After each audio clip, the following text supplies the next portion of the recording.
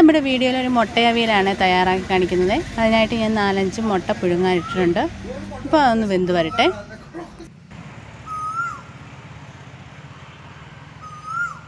മുട്ടയവിയലിനുള്ള കഷ്ണങ്ങളെല്ലാം തയ്യാറാക്കി എടുത്തിട്ടുണ്ട്.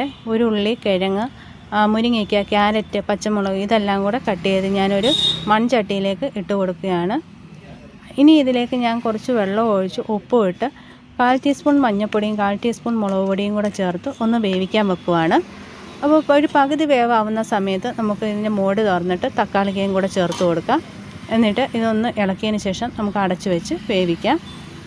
നമുക്ക് അരപ്പൊന്ന് തയ്യാറാക്കി എടുക്കണം. അതിനായിട്ട് ഞാൻ കുറച്ച് തേങ്ങ തിരുമ്മിയതിലേക്ക് ഒരു 2 കഷ്ണം ഉള്ളിയും 1/4 ടീസ്പൂൺ ജീരകം കൂടെ ചേർത്തൊന്ന് ചതച്ചെടുക്കുന്നുണ്ട്.